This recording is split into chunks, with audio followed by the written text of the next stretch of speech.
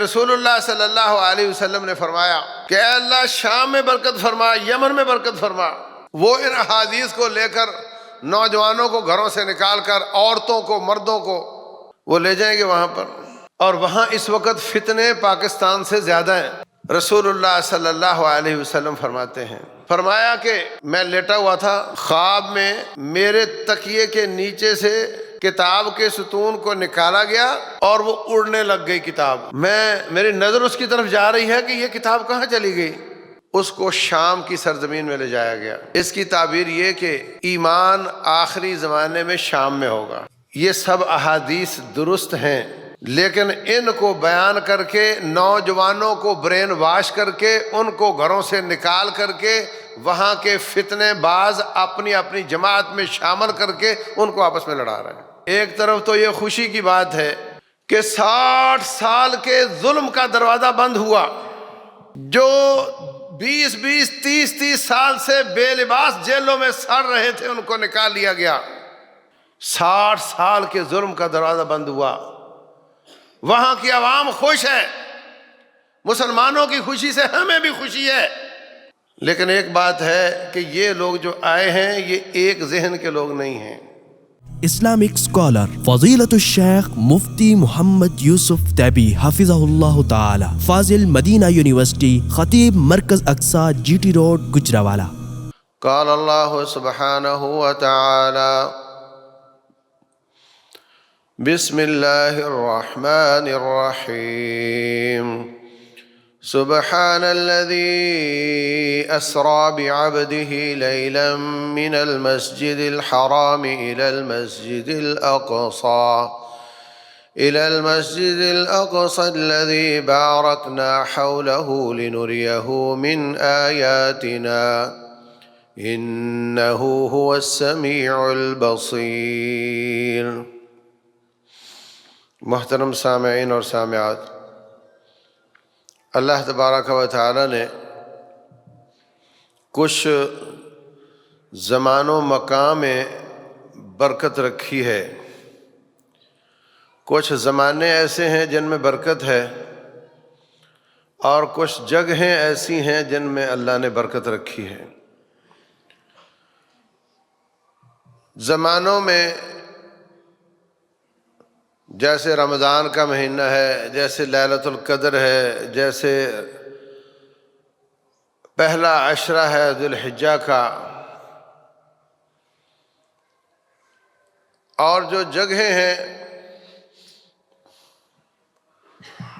ان میں حرمین ہے، پورا مکہ، پورا مدینہ،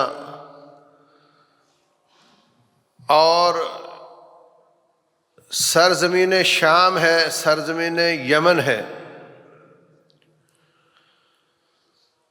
شام کا علاقہ بہت بڑا علاقہ ہے، اس میں اردن کے کچھ حصے، اردن، سوریہ، فلسطین، لبنان، یہ سارا مل کر شام بنتا ہے۔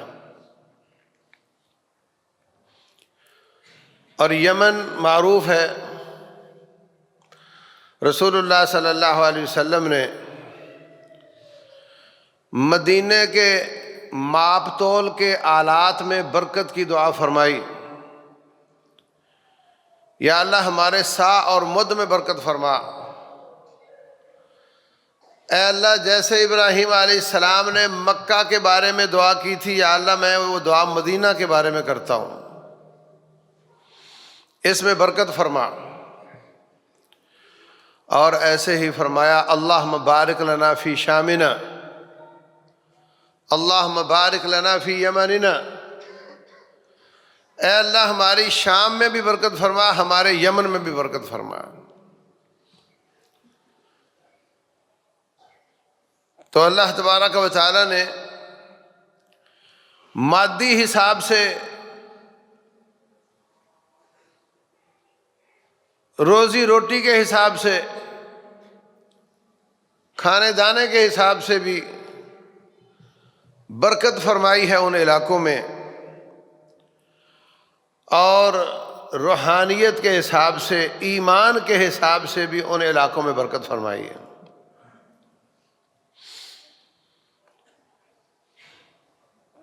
تو جو احادیث میں آپ کے سامنے عرض کر رہا ہوں، ان کے بارے میں کوئی زمانہ مخصوص کرنا کہ یہ آج کے بارے میں ہے، اس کی کوئی خاص دلیل نہیں ہے، یہ لوگوں کے اجتہادات ہیں۔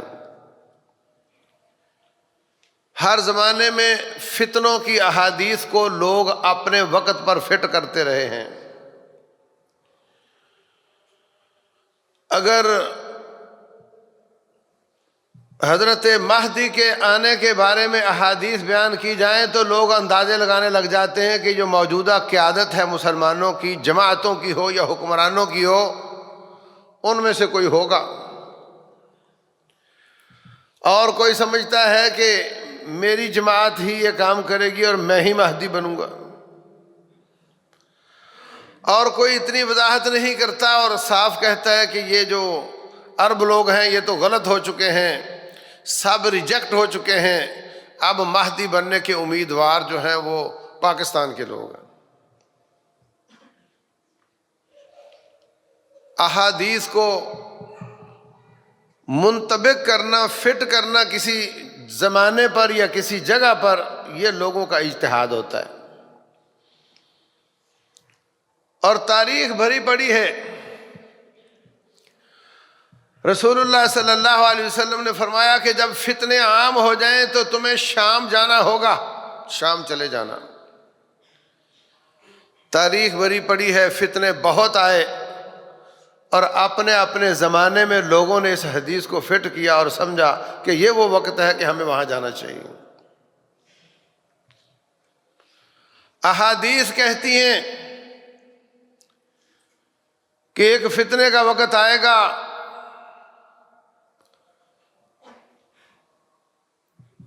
جو اللہ تعالیٰ کی خالص جماعت ہوگی وہ پوری دنیا میں تو کہیں نہ کہیں کسی نہ کسی شکل میں موجود رہے گی، لیکن ہو سکتا ہے جہاں آپ ہیں وہاں وہ نہ ہو۔ لا تزال طائفة من امتی ظاہرین علی الحق یقاتلون علی الحق ظاہرین۔ دنیا میں ایک گروہ آسمان سے آنے والے دین پر قائم رہے گا، اللہ ان کی مدد کرے گا، وہ رب کے راستے میں جہاد کرتے ہوں گے۔ یہ تو حدیث ہے، لیکن وہ میری جماعت ہے، وہ کہے گا وہ میری جماعت ہے، پچھلی صدی والا کہے گا وہ میری ہے، اس سے پچھلی والا کہے گا وہ میری ہے۔ احادیث ہیں، ان کو منطبق کرنا اپنے زمانے میں یا کسی خاص گروہ پر یا کسی خاص زمین پر یا کسی خاص زمانے پر، یہ علماء کی اپنی اپنی رائے ہے۔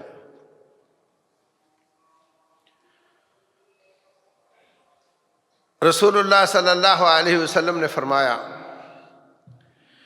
الزم جماعت المسلمین و امامہم، مسلمانوں کی جماعت کو پکڑ لینا اور ان کے امام اور امیر کو پکڑ لینا۔ حضرت حذیفہ کہتے ہیں اگر میرے زمانے میں یا میرے علاقے میں وہ امام اور وہ جماعت نہ ہو تو رسول اللہ صلی اللہ علیہ وسلم فرماتے ہیں اعتزل تلک الفرق کلھا، پھر سب کو چھوڑ دینا، پھر کسی جنگل میں کسی درخت کی جڑ کو چوس چوس کر زندگی کے دن پورے کرنے پڑے تو کر لینا۔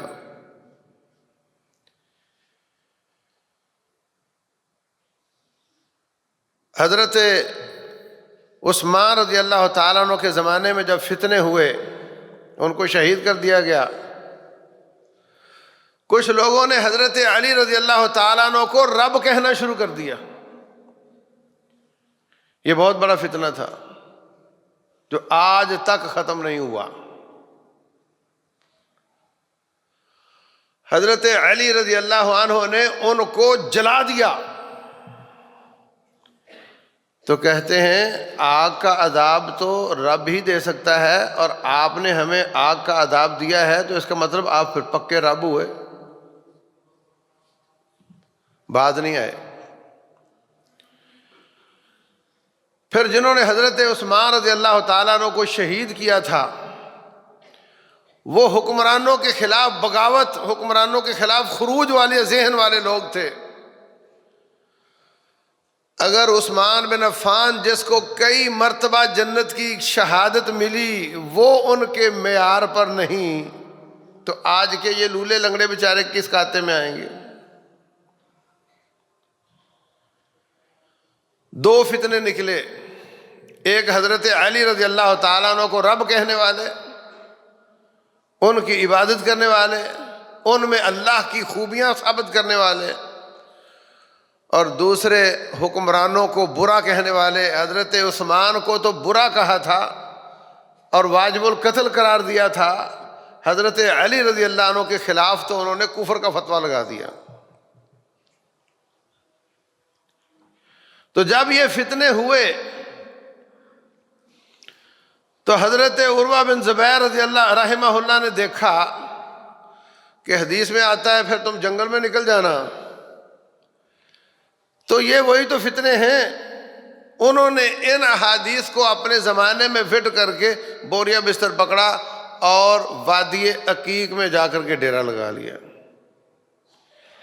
مدینہ کے پڑوس کے پہاڑوں سے یہ وادی نکلتی ہے اور جامعہ اسلامیہ کے دروازے کے سامنے سے گزرتی ہوئی ذوالحلیفہ کی مسجد، جو احرام جہاں سے باندھا جاتا ہے، وہاں سے گزرتے ہوئے یہ دور نکل جاتی ہے۔ تو اس وادی میں آ کر کے ڈیرا لگا دیا، وہاں خیمہ لگا لیا کہ نبی صلی اللہ علیہ وسلم نے فرمایا تھا جب فتنے ہوں گے تو پھر سب کو چھوڑ کے باہر نکل جانا۔ باقی تمام تابعین کرام کی جماعت اپنے اپنے گھروں میں ہے، صحابہ بھی بعض موجود ہیں، صحابہ بھی موجود ہیں، وہ بھی اپنے گھروں میں ہیں۔ انہوں نے اس حدیث کو ان حالات پر فٹ نہیں کیا اور حضرت عروہ نے کر لیا اور باہر جا کر بیٹھ گئے۔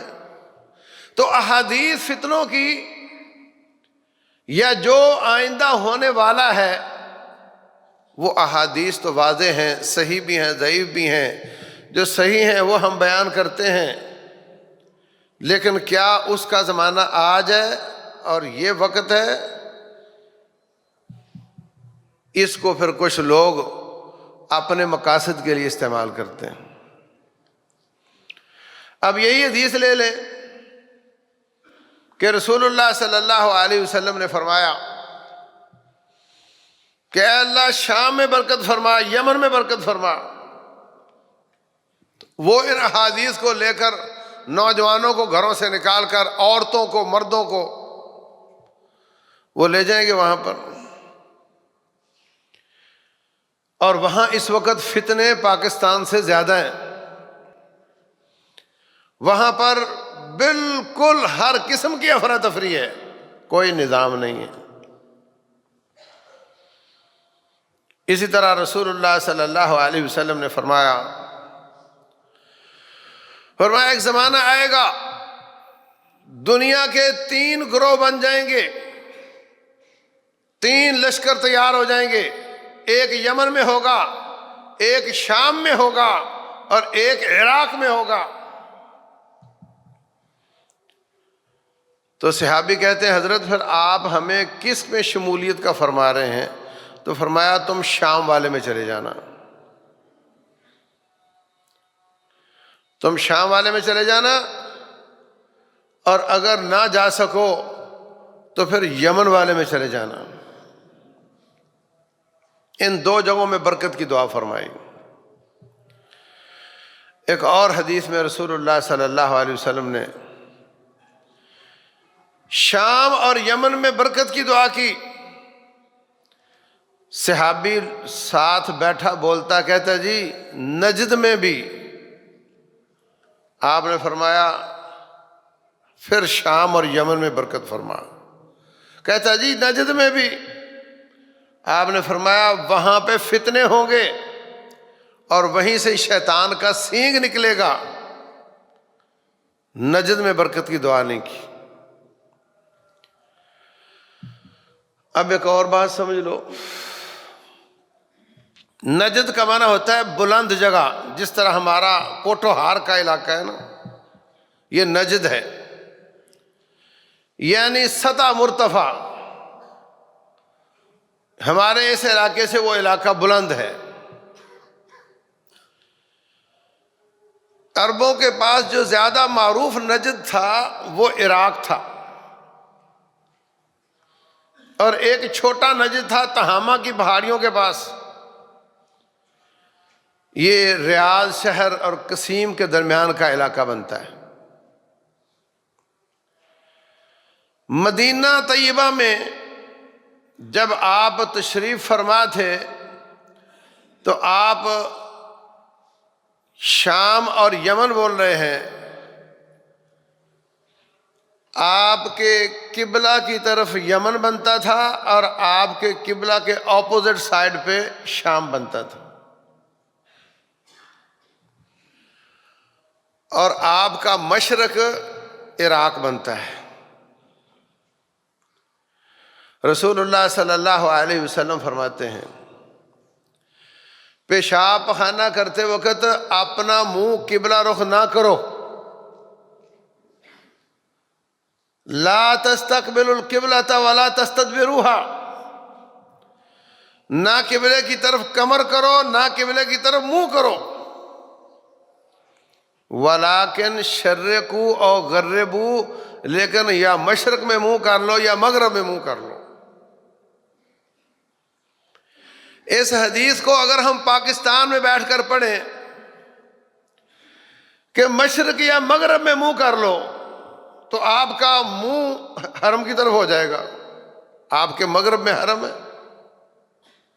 آپ نے فرمایا قبلہ کی طرف منہ نہ کرو، قبلے کی طرف پیٹھ نہ کرو، مشرق مغرب میں کر لیا کرو، اور آپ مشرق مغرب میں کریں گے تو آپ کا منہ قبلے کی طرف ہو جائے گا، کیونکہ یہ حدیث آپ نے بیان کی ہے مدینہ میں بیٹھ کر۔ مدینہ کا مشرق مغرب یہ بنتا ہے، مشرق میں عراق بنتا ہے، ایران بنتا ہے، پاکستان بنتا ہے، اور مغرب میں سوڈان اور مصر بنتا ہے، اور مکہ مدینہ شمالاً جنوباً ہیں، اور جنوب کے آخر میں یمن ہے اور شمال میں شام ہے۔ تو آپ کا یہ فرمانا کہ اے اللہ شام میں برکت فرما، اے اللہ یمن میں برکت فرما، کسی نے کہا نجد میں، کہا نجد سے شیطان کا سینگ نکلے گا، وہاں سے فتنے نکلیں گے، اس کے لیے برکت کی دعا نہیں کی۔ اور جو نجد جس میں محمد بن عبد الوہاب پیدا ہوئے وہ یمن کی سائڈ پہ بنتا ہے، ریاض کی قصیم کی سائڈ پہ بنتا ہے۔ جب آپ نے فرمایا یمن میں برکت فرما تو وہ نجد یمن کی طرف ہے۔ یہ دھوکہ دیا جاتا ہے لوگوں کو کہ محمد بن عبد الوہاب رحمہ اللہ، جنہوں نے حرمین کو شرکیات اور بدعات سے پاک کر کے وہاں پہ اسلام کو نافذ کر کے لوگوں کو امن والا حج کرنا کا موقع نصیب فرمایا، وہ جس نجد سے تھے وہ نجد یمن کی سائڈ پہ ہوتا ہے۔ اس لیے اگر وہ کہتے ہیں آپ نے نجد کے لیے دعا نہیں کی، لہذا وہاں سے سینگ نکلے گا شیطان کا، لہذا وہ ابن عبد الوہاب ہی ہے، یہ تصور درست نہیں، اس لیے کہ وہ نجد یمن کی سائڈ میں ہے، اور جس کے ساتھ کے لیے دعا نہیں کی وہ عراق کی سائڈ میں ہے۔ لیکن لوگ دھوکہ دیتے ہیں، ممبر رسول پہ بیٹھ کے فراڈ کرتے ہیں، خیانت کرتے ہیں، حق کو چھپاتے ہیں، حق والوں کو ڈیگریڈ کرنے کی کوشش کرتے ہیں۔ تو میرے عزیز بھائیوں، رسول اللہ صلی اللہ علیہ وسلم کے فرامین واضح، اور یہ بھی بات صاف ہے کہ جب سورج مشرق کی بجائے مغرب سے نکلے گا، پھر ایک آگ نکلے گی جو لوگوں کو گھیر کر شام کی زمین کی طرف لے کر جائے گی، وہاں پر میدان محشر ہوگا۔ یہ میدان محشر ہے سور میں پھونکے جانے سے پہلے والا۔ سور میں پھونکا جانے کے بعد سب مر جائیں گے، دوبارہ سور میں پھونکا جائے گا، پھر یوم تبدل الارض غیر الارض والسماوات، زمین کو ایک اور زمین سے بدل دیا جائے گا، آسمان کو کسی اور آسمان سے بدل دیا جائے گا۔ وہ آخرت کا جہان ہوگا۔ یہ جو لوگ سواریوں پر بیٹھ بیٹھ کر، گدھوں گھوڑوں پر بیٹھ بیٹھ کر شام کی سرزمین کی طرف جا رہے ہوں گے، وہ یہ والا جہان ہوگا۔ اور جس جہان میں جو مرنے کے بعد اٹھنے والا جہان ہے، وہ کوئی اور جہان ہوگا، وہ کوئی اور زمین اور کوئی اور آسمان ہوگا۔ تو یہی میدان محشر ہے، آخرت والا نہیں، دنیا والا میدان محشر۔ وہیں پر ہی حضرت عیسیٰ علیہ السلام آئیں گے، دمشق کے سفید منارے پر اتریں گے۔ وہ منارہ آج بھی موجود ہے، اور وہ کسی مسجد کا منارہ نہیں ہے، ویسے منارہ ہے۔ اسی سرزمین میں بڑے بڑے مارکے ہوں گے۔ بیت اللہ کے پاس بیعت لے کر حضرت مہدی بھی وہاں ہی جائیں گے، وہاں پر ہی گھوم گھام کر دجال آئے گا تو قتل ہوگا۔ رسول اللہ صلی اللہ علیہ وسلم فرماتے ہیں، فرمایا کہ میں لیٹا ہوا تھا، خواب میں میرے تکیے کے نیچے سے کتاب کے ستون کو نکالا گیا اور وہ اڑنے لگ گئی کتاب۔ میری نظر اس کی طرف جا رہی ہے کہ یہ کتاب کہاں چلی گئی۔ اس کو شام کی سرزمین میں لے جایا گیا۔ اس کی تعبیر یہ کہ ایمان آخری زمانے میں شام میں ہوگا۔ ایک روایت میں آتا ہے کہ ایمان مدینہ کی طرف ایسے لوٹ آئے گا جیسے سانپ گھوم گھام کر آخر اپنی بل میں آ جاتا ہے۔ تو مدینہ میں ایمان ہوگا یا پھر شام میں ایمان ہوگا، یہ سب احادیث درست ہیں، لیکن ان کو بیان کر کے نوجوانوں کو برین واش کر کے ان کو گھروں سے نکال کر کے وہاں کے فتنے باز اپنی اپنی جماعت میں شامل کر کے ان کو آپس میں لڑا رہے ہیں۔ یہ احادیث کا مطلب یہ نہیں کہ اس وقت وہاں جو ہوگا وہ ایمان والا ہوگا، وہاں پہ ہر طرح کے فتنے ہیں۔ جن لوگوں نے سوریا میں 60 سال حکومت کی ہے،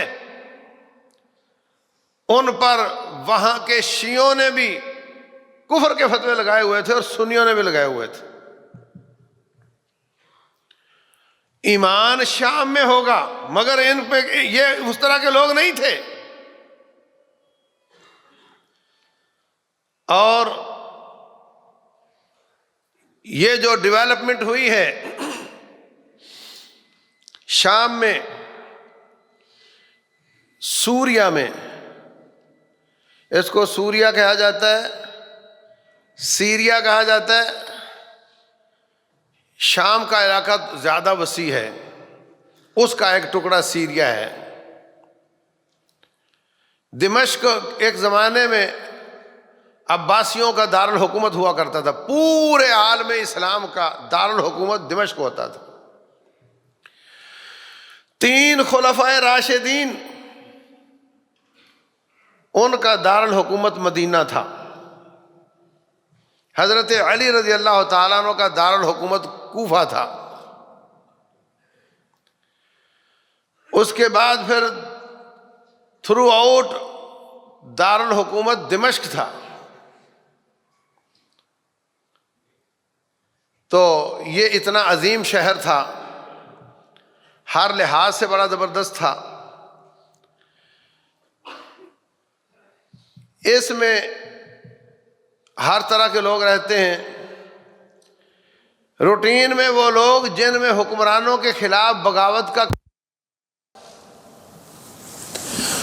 ان لوگوں کو برانگیختہ کیا جاتا ہے، حکمرانوں کے خلاف کھڑا کیا جاتا ہے۔ جب افراتفری عروج پر آ جاتی ہے تو ساری دنیا کے کافر اپنے اپنے لاؤ لشکر لے کر آ جاتے ہیں۔ کبھی بھینس دیکھی ہے؟ بھینس کا دودھ کیسے نکالتے ہو؟ پہلے کٹا چھوڑتے ہو نا، بھینس کا دودھ نکالنے کے لیے کٹا چھوڑتے ہیں۔ جب وہ دودھ اتار لیتی ہے، تھوڑا سا وہ پی لیتا ہے، پھر اس کو باندھ دیا جاتا ہے اور سارا دودھ مالک نکال لیتا ہے۔ بغاوت کا کیڑا رکھنے والے لوگوں کو بطور کٹا استعمال کیا جاتا ہے، ان کو چھوڑا جاتا ہے جب تک وہ حکمران کافروں کا فائدہ کرتا رہے، وہ حکمران بغاوتوں کو دباتا رہتا ہے، بدترین عذاب دیتا ہے، جیلوں میں برا حال کرتا ہے، کبھی کسی کو حقوق انسان یاد نہیں آتے۔ اور جب ظلم سہ سہ کر ان میں بغاوت کا کیڑا پختہ ہو جاتا ہے اور وہ حکمران امریکہ اور یورپ کی طاعت میں تھوڑی سی سستی کرتا ہے یا کوئی اپنی منمانی کرنے لگتا ہے، وہ سویا ہوا جو کیڑا اس کو کھڑا کر دیا جاتا ہے۔ تقریباً 40-50 سال سے لیبیا کا قذافی اور حسنی مبارک مصر کا، اور عراق میں صدام 40-50 سال رہے، مخالف کو دباتے رہے، ہر قسم کا عذاب دیتے رہے، اور کبھی کوئی حقوق انسان خراب نہیں ہوئے۔ پوری دنیا میں کوئی حقوق انسان کی تنظیم نہیں بولی، چھوٹی چھوٹی باتیں کرتے رہے لیکن زیادہ نہیں۔ لیکن جب اپنے مفادات پر زد آئی یا دیکھا کہ اب یہ ہماری پوری طرح طاعت اور فرما برداری نہیں کرتے، ان لوگوں کو کھڑا کیا گیا۔ صدام کے خلاف تو کوئی کھڑا نہ ہو سکا اور وہاں انہوں نے خود حملہ کر دیا۔ لیبیا میں ان لوگوں کو کھڑا کیا گیا، الجزائر میں ان لوگوں کو کھڑا کیا گیا، تونس میں ان کو کھڑا کیا گیا، مصر میں ان کو کھڑا کیا گیا، شام میں ان کو کھڑا کیا گیا، اور اس کا نام رکھا عرب سپرنگ، عرب بہاریہ، الربیع العربی، کہ جناب عرب میں بہار آ رہی ہے۔ وہ 40-50 سال والے ہٹائے جا رہے ہیں، ڈیموکریسی آ رہی ہے، اور آج ان ملکوں کی کیفیت ان ڈکٹیٹروں سے کہیں بدتر ہے۔ اور جو دن انہوں نے دیکھے ہیں، جو پی کاٹی ہے انہوں نے، جو حالات خراب ہونے کی حالت میں ان کی پریشانی کا عالم تھا، گھروں میں گٹر کا پانی گھومتا تھا اور حکومت نہ ہونے کی وجہ سے پمپ بند تھے، پیٹرول پمپ بند تھے، سیوریج پمپ بند تھے، گھر میں پیشاب کرنے کے لیے جگہ کوئی نہیں، پیشاب کیا ہے، گٹر گھوم رہا ہے گھروں میں، دھونے کے لیے کوئی سسٹم نہیں، کھڑا ہونے کی جگہ نہیں، پینے کے لیے پانی نہیں، گاڑی میں پیٹرول نہیں، باہر نکلو تو لوٹ لیا جاتا ہے، پولیس نہیں، فوج نہیں، ہر دشمن اپنی دشمنی نکال رہا ہے، ہر مخالف اپنے مخالف کو قتل کر رہا ہے۔ جو حالت انہوں نے دیکھی ہے اور جو ان کی بری حالت ہوئی ہے، اور اس کے بعد آج تک اس طرح کا امن نصیب نہیں ہوا۔ وار لارڈ ہے، اس پہ ادھر اس کا قبضہ ہے، ادھر اس کا قبضہ ہے، اس کو ادھر اس کا قبضہ ہے۔ اور آپ اندازہ لگائیں، لیبیا میں فرانس بھی آ گیا، برطانیہ بھی آ گیا، امریکہ بھی آ گیا، سب نے آ کر کے اپنے مخالفوں کو قتل کیا۔ شام میں چائنا آ گیا، روس آ گیا، ایران تو آیا ہی، سعودیہ تو ساتھ میں رہتا ہے، ترکی آ گیا، سب آ گئے جناب۔ اور گاؤں کے گاؤں تباہ کر دیے گئے، ان میں ایک دن کا بچہ بھی زندہ نہیں چھوڑا گیا۔ پچھلے 5-6 سال سے تقریباً 9 لاکھ سنی مسلمان قتل کیا گیا سوریا میں۔ سب نے اپنا زور لگایا، میجورٹی سنیوں کی ہے، اس میجورٹی کو مینورٹی میں تبدیل کرنے کی پوری کوشش کی گئی، اور اب سارے غیر شیعہ آپس میں متفق ہو گئے کہ ہمارا عقیدہ جیسا بھی ہے، ہم جو بھی ہیں، ایک نقطے پر متفق ہو جاؤ کہ ہم نے اس ظالم کو نہیں چھوڑنا۔ متفق ہو گئے۔ شنید ہے، اللہ اعلم، کہ یوکرائن میں روس نے حملہ کیا ہوا ہے، اور دفاع کون کر رہا ہے؟ ان کی مدد کون کر رہا ہے؟ یورپ اور امریکہ۔ وہاں پر راتوں کو لڑنے کی تربیت دی گئی ان کو، جنہوں نے اب قبضہ کیا ہے دمشق پر۔ کیوں دی گئی؟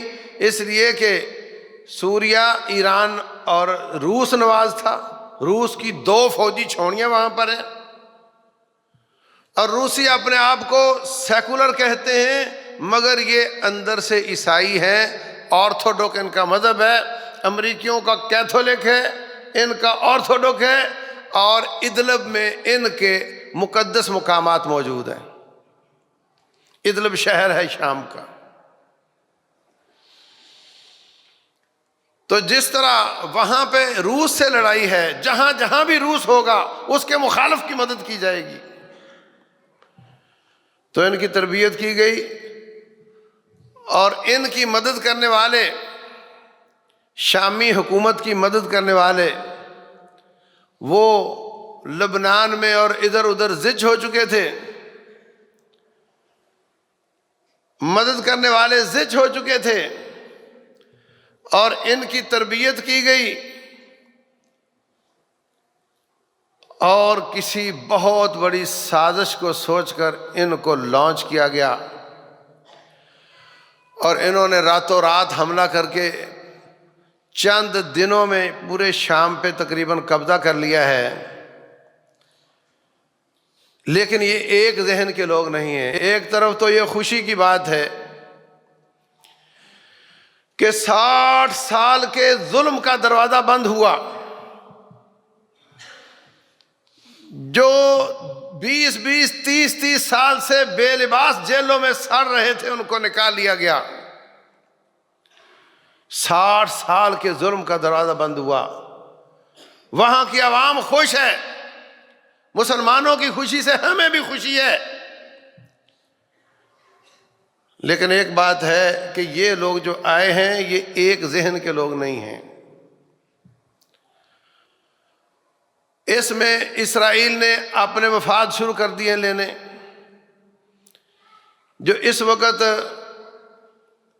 وہاں پہ قابض ہونے والے لوگ ہیں، اس کے سربراہ کا نام جولانی ہے۔ جولانی کا معنی جولان کی پہاڑیوں کا رہنے والا، اور جولان کی پہاڑیوں پر اسرائیل نے قبضہ کر لیا ہے، اور جتنے اسٹریٹجک ہتھیار تھے سوریا کے سب کو تباہ کر رہا ہے۔ اور جب کسی ملک کے دفاع کو ختم کر دیا جائے تو وہ کسی شر کی انتہا نہیں ہوتی، ابتدا ہوتی ہے۔ جب لبنان کے لوگوں کے کمیونیکیشن کے آلات پھٹ رہے تھے تو وہ کسی شر کی ابتدا تھی۔ اس کے بعد بہت بڑی شر آئی، اور اب اگر سوریا کے تمام ہتھیار اور ان کے جہازوں کو اور ان کے اسلحہ ڈپوں کو تباہ کیا جا رہا ہے تو یہ بھی ایک کسی بہت بڑی شر کا پیش خیمہ ہو سکتا ہے۔ اللہ ہم سب کو محفوظ رکھے۔ اور پھر فتنے اتنے زیادہ ہیں کہ جس طرح کچھ بلوچستان پاکستان میں ہے، کچھ بلوچستان ایران میں ہے، ایسے ہی وہاں کردستان ہے، کچھ حصہ اس کا ترکی میں ہے، کچھ کا عراق میں، کچھ کا سوریا میں۔ انہوں نے اپنے ملک کی آزادی کا ایک نقشہ وہ جاری کر دیا ہے کہ اتنا حصہ لے کر ہم آزاد ہو جائیں گے۔ اور اب اگر اللہ تعالیٰ خیر کرے یہ سارے مسلمان سر جو کر بیٹھ جائیں اور آپس میں معاملات مذاکرات کے ساتھ طے کر لیں تو یہ بہت بڑی خیر ہوگی۔ لیکن جو اب تک کی خبریں ہیں وہ یہ ہے کہ اب کردوں کے ساتھ ان کی پھر چپکل شروع ہو چکی ہے، فتنے ہی فتنے ہیں۔ تھوڑی سی ٹھنڈی ہوا آتی ہے اور اس کے اندر سے پھر گرم ہوا شروع ہو جاتی ہے۔ تو میرے عزیز بھائیوں، ہمیں اپنی دعاؤں میں عالم اسلام کو یاد رکھنا چاہیے۔ ہمیں جو ہمارے قائدین ہیں وہ حالات پر نظر رکھ کر، وہ سیاسی قیادت ہو، وہ فوجی قیادت ہو، وہ جماعتوں کی قیادت ہو، وہ حالات کو تجزیہ کر کے جو راست اقدام ہو سکتا ہے وہ کرنا چاہیے اور اپنی عوام کو اس سے آگاہ کرنا چاہیے، اور جو ان کے بس میں ہے وہ کرنا چاہیے، اور عوام کو ان کے اوامر کا انتظار کرنا چاہیے۔ لیکن ان احادیث کو خود ہی منطبق کر کے، خود ہی نتیجہ نکال کر کے اس پر ایکشن لے لینا، یہ کبھی بھی درست نہیں ہوتا۔